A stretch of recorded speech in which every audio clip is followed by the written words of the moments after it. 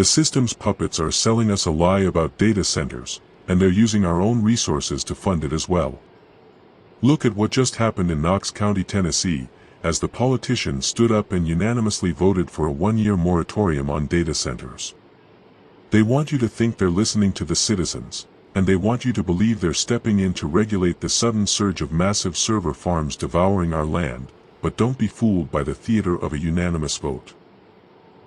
The local politicians and governors are playing a calculated game, holding the door open for centralized tech giants while the paperwork is sorted behind closed doors.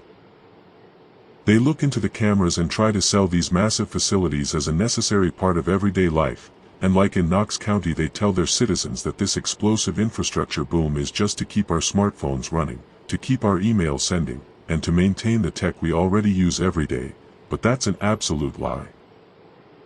The infrastructure for our daily digital lives has been built and has been stable for years, and this unprecedented strain on our power grid and our water supply has nothing to do with standard consumer convenience. These centers are being built to scale up a hyper-surveilled, automated framework of total control. They're building the massive computational backbones required for continuous mass data harvesting, real-time tracking networks, and the cloud intelligence that powers AI automation. While these wealthy predators line their pockets, secure backroom deals, and watch corporate kickbacks roll in, the citizens are left to bear the physical costs. These facilities consume millions of gallons of local water and place a staggering burden on our energy grids, driving up utility costs and draining localized resources. They bypass the will of the people, override our autonomy, and expect us to quietly accept the destruction of our independence.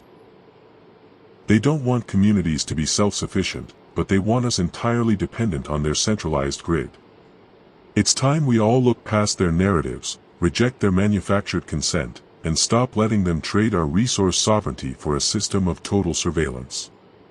We must organize, protect our local resources, and refuse to let their centralized infrastructure swallow our communities.